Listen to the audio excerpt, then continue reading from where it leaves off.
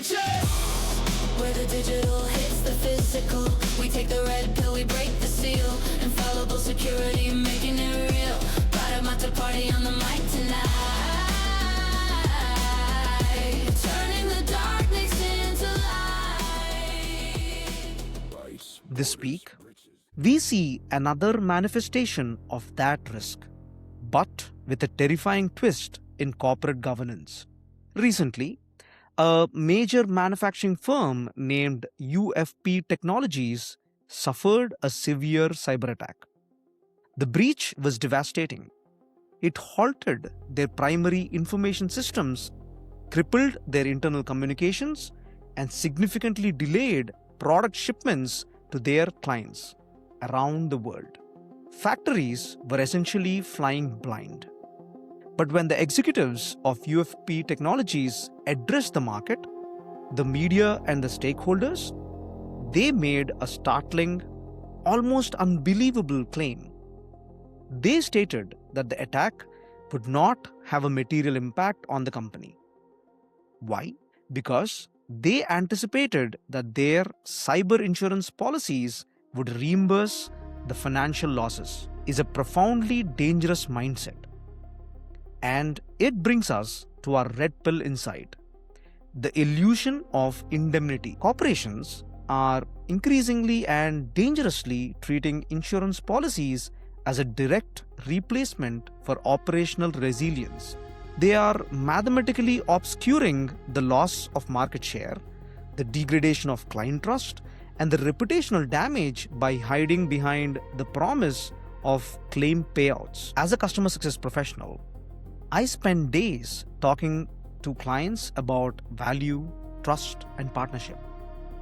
And I can tell you firsthand, you cannot insure trust.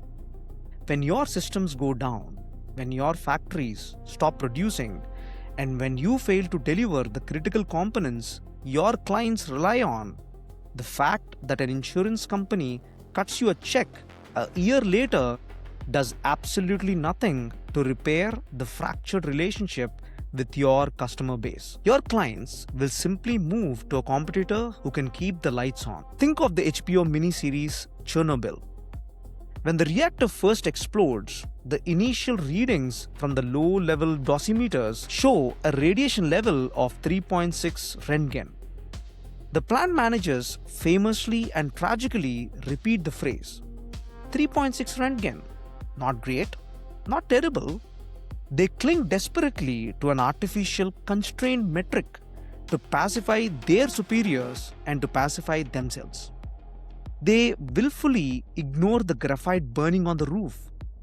They ignore the catastrophic structure failure of the nuclear core itself, because acknowledging the reality of the situation means admitting total systemic failure. By claiming a massive operational halt has no material impact because of a pending insurance payout, corporate leadership is looking at a 3.6 Roentgen reading. They are pacifying their shareholders while completely ignoring the radioactive fallout of lost operational capability and shattered client trust.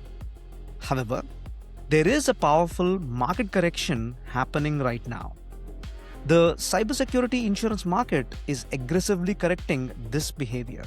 Insurers are no longer blindly writing checks for companies with terrible security hygiene. They are demanding rigorous proof of zero trust architecture. They are demanding mandatory multi-factor authentication, verified immutable backups, and highly tested incident response plans before they will even underwrite a policy. The illusion of indemnity is shattering, and in its place, the free market is forcing the C-suite to finally treat cybersecurity as a fundamental, non-negotiable pillar of business continuity, rather than just a line item to be insured away. This is Bytes, Borders, and Breaches. The signal is loud, the lesson is